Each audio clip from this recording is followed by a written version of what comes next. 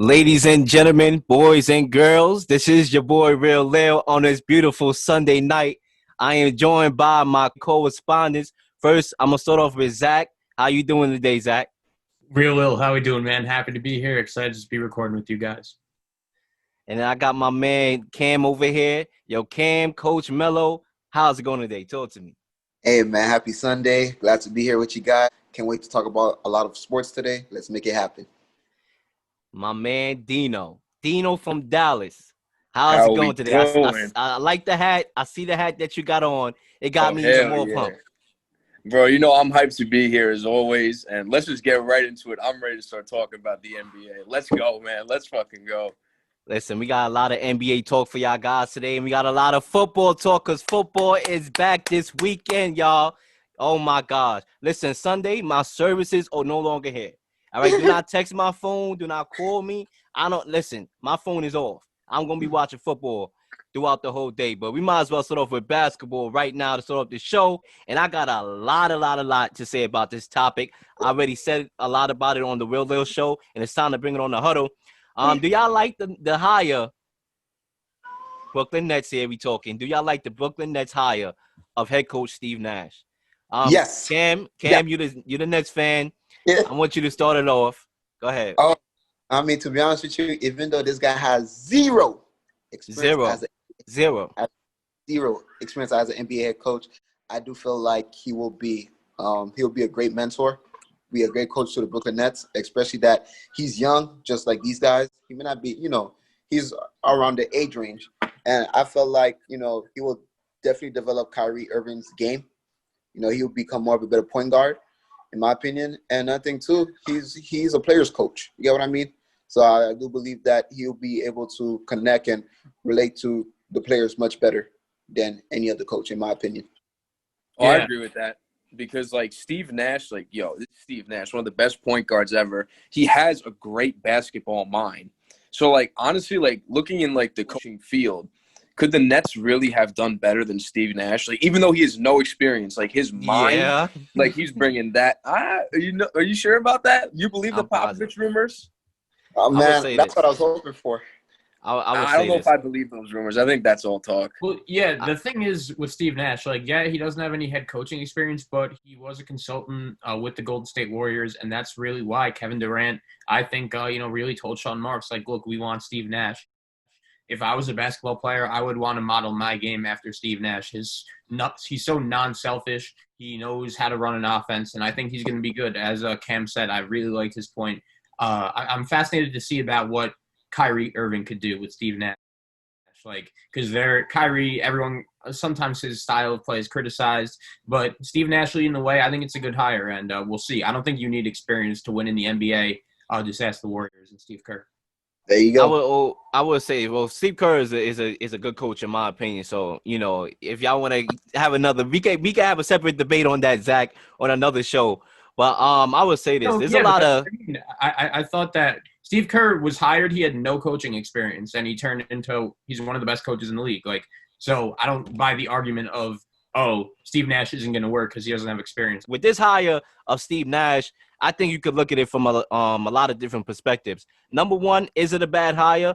I'm not going to sit here and say it is because I haven't seen him coach yet, and that's my point that I'm going. I haven't seen him coach yet. So I didn't even know he wanted to be a daggone head coach. So I was shocked. I'm pretty sure y'all was shocked. I was like, did this guy even want to be a head coach? Did he just take him with the street and be like, all right, do you want to be our head coach? And like, what was that? Listen, this is a prime example of the workforce in America. It's not about what you know. It's about who you know. I hire my friend, guy that I know. I'm going to hire him over guys that are qualified. There were a lot of guys that were qualified. Tyronn Lue was qualified.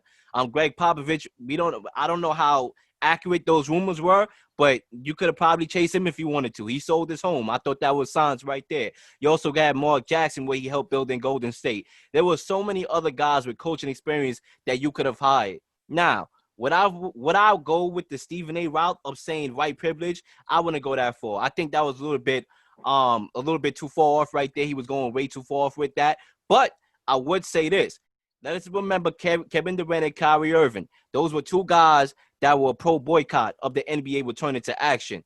Kyrie led the coalition, him and Avery Bradley. And what they said in those statements was they wanted more black representation at the head coaching position. Bingo. Now we go to the Nets. We have qualified African-American head coaches, and you preaching a message saying, I want African-Americans to be my coach, but yet you go to another route. That's why Kyrie Irving will never be a leader, because he doesn't follow by his own examples. And that's why the Nets and Kyrie and Kevin Durant, these personalities that, they mix their personalities. They don't know what the hell they want. And that's why the Nets is going to be in trouble.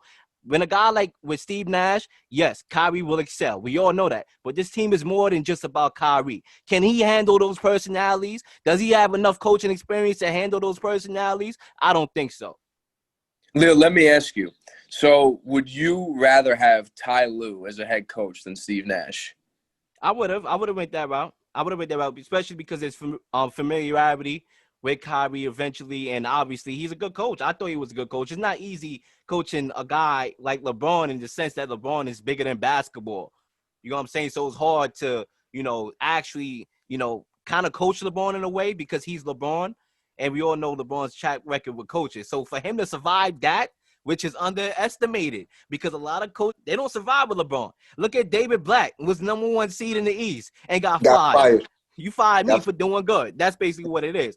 So, it's not easy to survive. That time when Lue did, he won a championship with LeBron, beating who? Golden State. So, where Kevin Durant actually ended up going to. So, yeah, I thought that would have been a better move than Steve Nash, especially when you're talking about a guy with a team with so much expectations.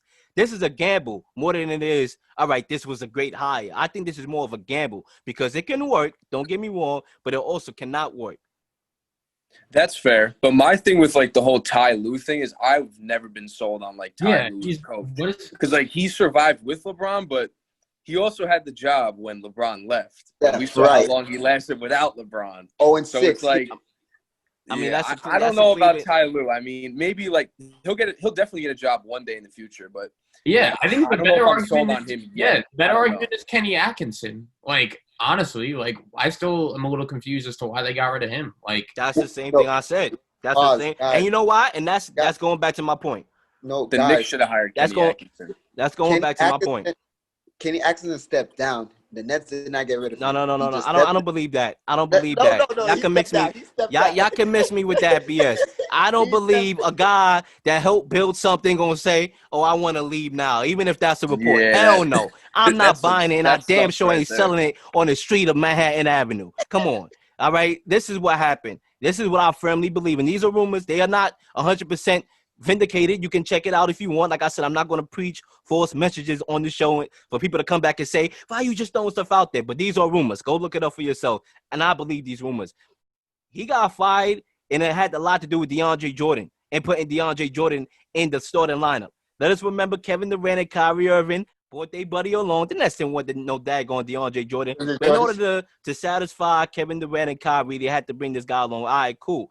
But then, he wanted to put Jared Allen. Jared Allen was in the starting lineup for most of the year. And Jared Allen is a clear better player at his point in his career than DeAndre Jordan is right now at his point in his career. So absolutely. I think Kyrie and Kevin Durant had a lot to do with it. That shows me right there that they're trying to win the show. And that's what I'm saying. With a young and experienced head coach with two personalities like Kyrie and KD, is he built enough to handle that? Because they may want to make some moves. You saw what they did. Well, reportedly, allegedly, what could have happened with Kenny Atkinson, but they did sign off on it. If Kyrie and Kevin Durant wanted him here, he would still be there. Let's make that clear. So can he handle those personalities? You know what I'm saying? You got to figure out a lot of stuff. It's not Kyrie and KD only.